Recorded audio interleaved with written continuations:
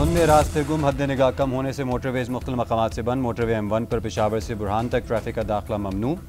Lahore Sialkot M11 M5 Multan से ज़ाहिरपीर और रहीम यार खान से रोहड़ी तक बंद। M2 लाहौर से कोट मोमिन तक, M3 फैजपुर से जड़ावाला तक भी ट्रैफिक आर्जी तौर पर मुअत्तल। आम शाहराहों पर भी हद निगाह कम, ट्रैफिक की रवानी मुतासर। मुल्क के मुख्तलिफ शहर फ़ज़ाई आलूगी की लपेट में। लाहौर 460 AQI के साथ दुनिया का आलूदा तरीन शहर करार।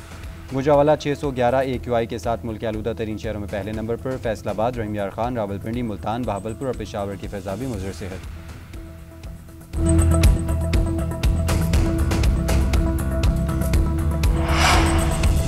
स्मोक से परेशान अवाम के लिए अच्छी खबर। आज से 21 दिसंबर तक मुल्क भर में बारिश की पेशगोई। 20 और 21 दिसंबर के दौरान पंजाब में बारिश और बर्फबारी का इम्कान। लाहौर, शेखुपुरा, सरगोदा, खुशाब, गुजरांवाला और झंग समेत दीगर शहरों में बारिश मुतवक्किल।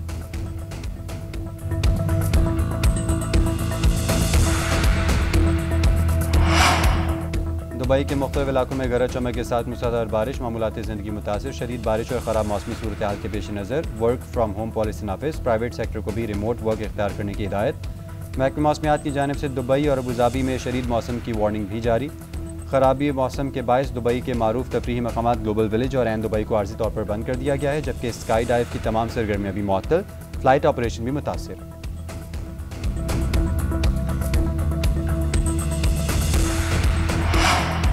सदर मुमलिकत ने वज़ीर आज़म के मशवरे पर जस्टिस तारिक महमूद जहांगीरी के री नोटिफिकेशन की मंजूरी दे दी। इस्लामाबाद हाई कोर्ट के फैसले की रोशनी में जस्टिस तारिक महमूद जहांगीरी को री नोटिफाई किया गया। माजूल शुदा जज तारिक महमूद जहांगीरी को वजारत कानून और इंसाफ ने बाज़ाब्ता तौर पर री नोटिफाई कर दिया। इस्लामाबाद हाई कोर्ट ने जस्टिस तारिक जहांगीरी की बतौर जज तैनाती का लदम करार दे दी थी और जज के अहदे से हटाने का हुक्म दिया था। चीफ जस्टिस सरदार मोहम्मद सरफराज डोगर और जस्टिस मोहम्मद आजम खान पर मुश्तमिल डिवीजन बेंच ने अपने फैसले में लिखा था कि जस्टिस तारिक महमूद जहांगीरी एडिशनल जज और बाद मुस्तकिल जज बनने के वक्त काबिल कबूल LLB की डिग्री के हामिल नहीं थे।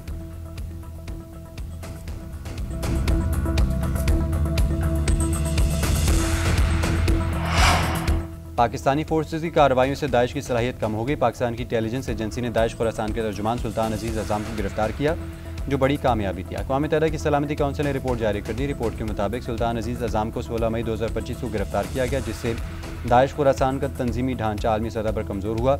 गिरफ्तारी के बाद दाइश खुरासान की मीडिया सरगर्मियाँ भी मुअत्तल हो गई। वॉइस ऑफ खुरासान जैसे अहम प्रोपेगेंडा प्लेटफॉर्म्स मुअत्तल हो गए। रिपोर्ट के मुताबिक अफगान तालिबान कलदम TTP को लॉजिस्टिक और ऑपरेशनल मदद देते रहे हैं। तालिबान ने दहशतगर्द ग्रुपों को इजाज़त दे रखी है, जो दूसरे रुकन ममालिक के लिए संगीन खतरा है। 2025 में अफगानिस्तान से पाकिस्तान पर 600 से ज़्यादा हमले हुए। तारीखी ताल्लुकात के पेश नज़र तालिबान की जानिब से TTP के खिलाफ महाजराई या कार्रवाई का इम्कान नहीं। वो चाहें भी तो उनमें ऐसा करने की सलाहियत नहीं है।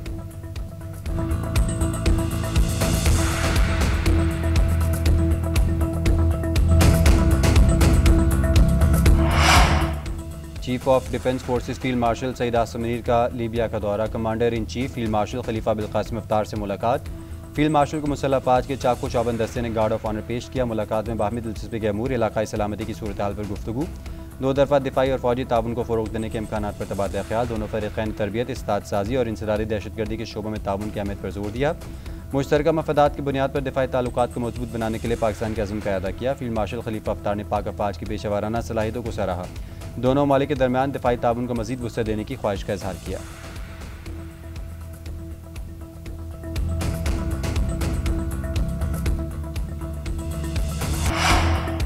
भारतीय हुकूमत का नए बजट में 20 से 25% तक दिफाई शोबे में इजाफे पर गौर। इलाकाई बरतरी के ख्वाब में भारत ने हथियारों और दिफाई साजो सामान की खरीदारी तेज़ कर दी।